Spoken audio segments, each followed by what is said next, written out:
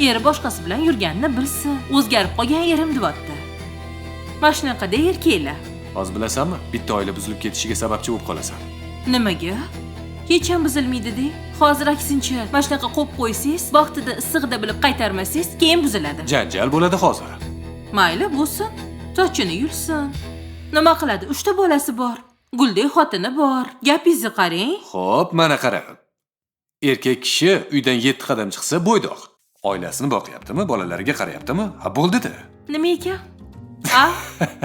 Yana bitta qaytarib yuboring. Yo'q, erkak kishi uydan 7 qadam chiqsa ham hech qayerga borish kerak emas. Rostmi? O'ngga chapga qarash kerak emas. O'zingizga kelyapsiz. Og'zimni bir chekkasidan chiqib ketdi. Undan oldin nima deyotdingiz? Bo'pti, hozir men qo'lim yuvib kelay, shunda sal shira bo'lib qoldi. Hozir kelaman. Qochib ketyapsizmi endi? Qochmayman, hozir kelaman.